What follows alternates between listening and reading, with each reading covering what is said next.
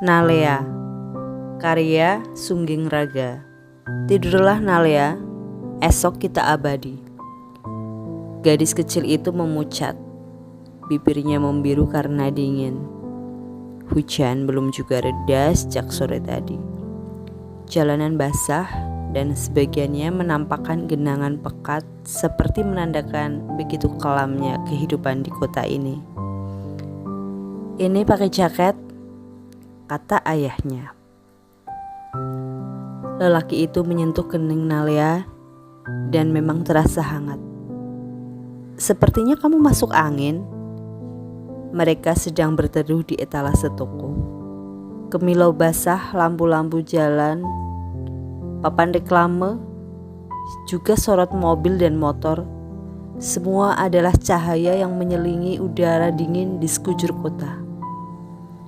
Nalea masih berbaring di pangkuan lelaki itu. Ia berkeringat, membuat helai rambutnya menempel di kening. Napasnya berat, matanya setengah terpejam.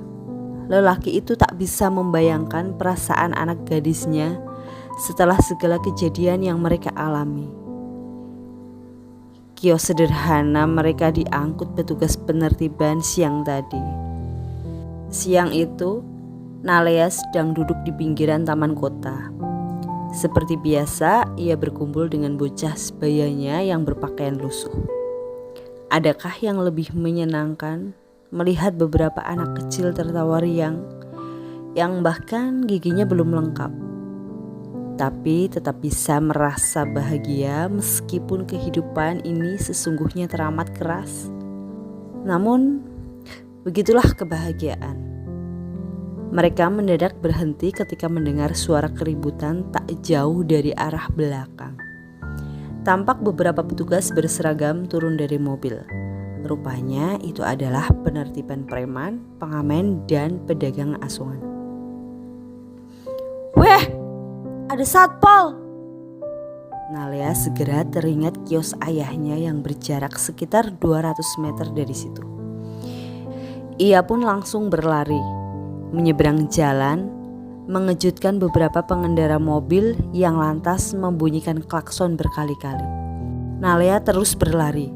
Ia melewati pedagang soto, pejalan kaki, tukang becak, tukang ojek yang sedang sibuk dengan gadget, dan orang-orang lain yang tak ada hubungannya dengan cerita ini. Namun ada dua petugas yang terus mengejarnya.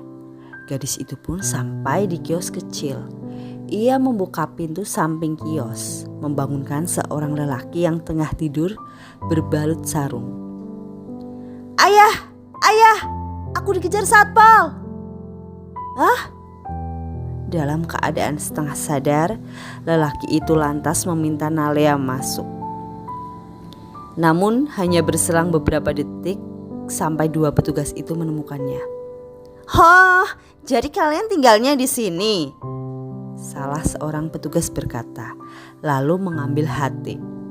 "Mobil ke sini 200 meter arah barat, ada kios yang harus diangkut." Dalam keadaan masih tampak pusing, ayah Nalea mengajak anaknya segera membereskan beberapa barang seperti buntalan baju, rafia, dan tas.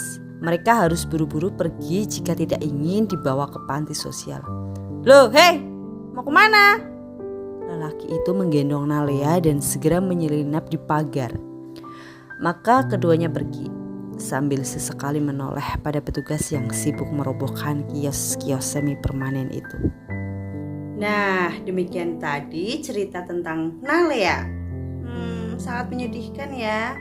Nah, sekarang saatnya bekerja dengan kelompok kalian masing-masing untuk menentukan unsur-unsur intrinsik dari cerpen yang sudah kalian simak tadi. Oke, yang pertama kita akan menentukan.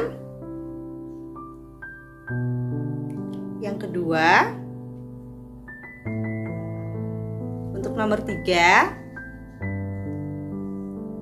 Yang keempat, nomor 5. Yang keenam,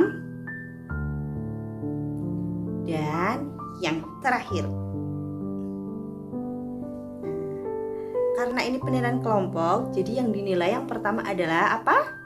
Kerjasama. Kemudian yang nomor 2 adalah disiplin. Oke, anak-anakku sekalian, selamat mengerjakan secara berkelompok.